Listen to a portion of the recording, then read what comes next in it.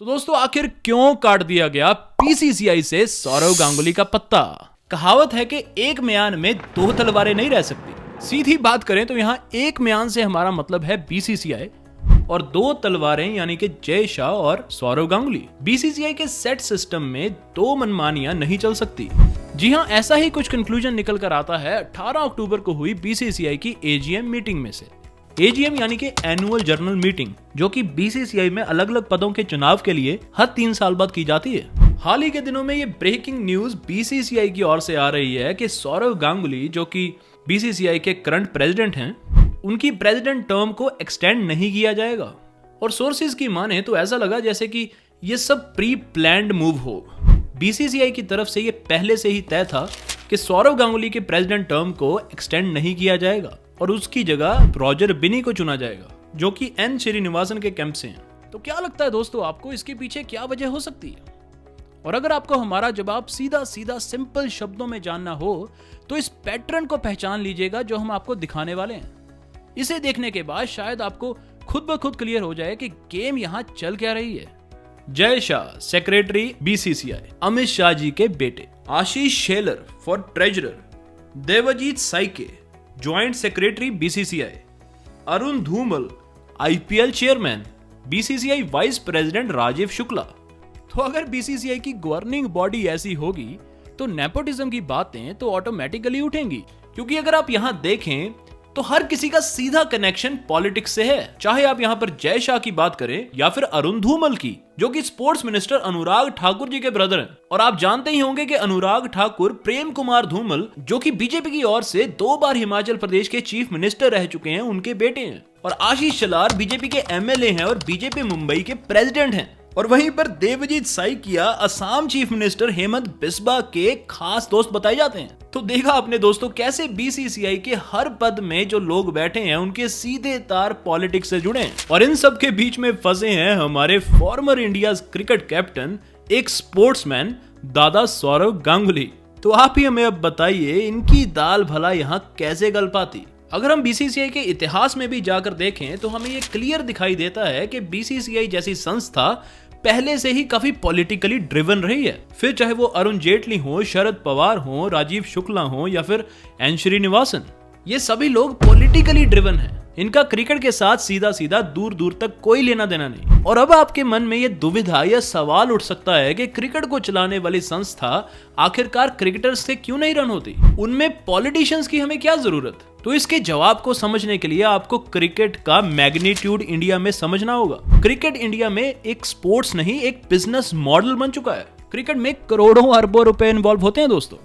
और जब भी कोई सीरीज खेली जाती है तो उसके टीवी राइट्स यानी कि ब्रॉडकास्टिंग के लिए करोड़ों अरबों की डील होती है। और जब कोई भी खेल $बिलियन इंडस्ट्री बन जाए तो वहां पर पॉलिटिशियंस की नजर तो पड़ ही जाती है दोस्तों। ऐसा ही कुछ हो रहा है हमारे देश में क्रिकेट के साथ। आइए जरा थोड़ा पीछे जाकर कहानी को डिटेल में समझते हैं। तो हुआ ये कि जब सौरव गांगुली को बीसीसीआई प्रेसिडेंट की पहली टर्म ऑफर की गई थी, उस वक्त बीसीसीआई को सौरव गांगुली जैसे क्रिकेटर के इमेज की बहुत जरूरत थी दोस्तों, क्योंकि उस टाइम पर बीसीसीआई विवादों में घिरी हुई थी और लोगों का ट्रस्ट बीसीसीआई के ऊपर से उठने लगा था। और अपनी इमेज को करेक्ट करने के लिए बीसीसीआई को अप फ्रंट ऐसा इंसान चाहिए था जिससे कि लोग इमोशनली कनेक्ट कर पाएं, जो कि क्रिकेट से ही जुड़ा हुआ इंसान हो। तो ऐसे में बंगाल क्रिकेट एसोसिएशन के अध्यक्ष सौरव गांगुली को बीसीसीआई प्रेसिडेंट बनाना फायदे का सौदा था। लेकिन आज की डेट में सिचुएशन बदल चुकी है दोस्तों। बीसीसीआई की अब तूती बोलने लगी है। अब उनको दिखाई देता है तो सिर्फ बिजनेस मॉडल और पैसा।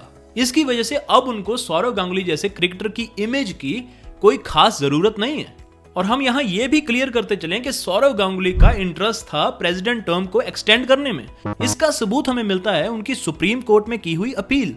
बीसीसीआई एज ए ग्रुप यानी कि जय शाह और सौरव गांगुली सहमति से सुप्रीम कोर्ट गए थे बीसीसीआई के एक प्रोविजन को बदलने के लिए, जिसमें यह लॉ बनाया गया था कि अगर आपने पहले कहीं स्टेट लेवल पर क्रिकेट एडमिनिस्ट्रेशन में काम किया है और उसके बाद अगर आपका चयन बीसीसीआई के अगले 3 साल की टर्म में हुआ है तो उसके बाद आपको कूलिंग पीरियड नामक एक ब्रेक लेनी पड़ेगी।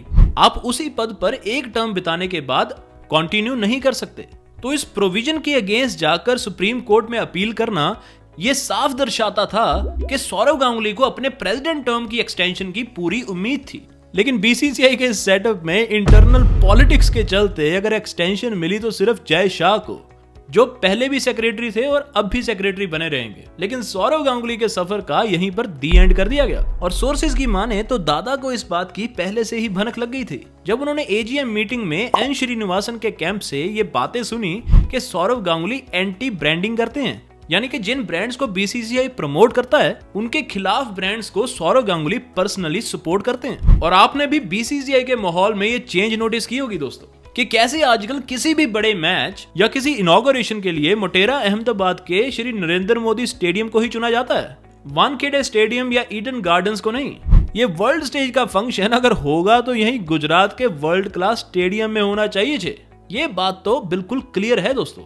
और दोस्तों हम यहाँ पर आपको एक और बड़ा इंटरेस्टिंग किस्सा बताते हैं कि जब सौरव गांगुली को उनके अध्यक्ष पद से हटाने की बात हुई तो उन्हें आईपीएल चेयरमैनशिप का ऑफर दिया गया था। लेकिन सोर्सेज की माने तो उन्होंने इसको अपने करंट पद से कंपेयर करके निचले स्तर का देखा और उन्होंने इस पद को लेने से साफ साफ इनकार कर दिया। तो अंत में दोस्तों हमारी रिसर्च से हमें यही कंक्लूजन देखने को मिलता है कि बीसीसीआई में इंटरनल पॉलिटिक्स के चलते ही सौरव गांगुली को बाहर का रास्ता दिखाया गया।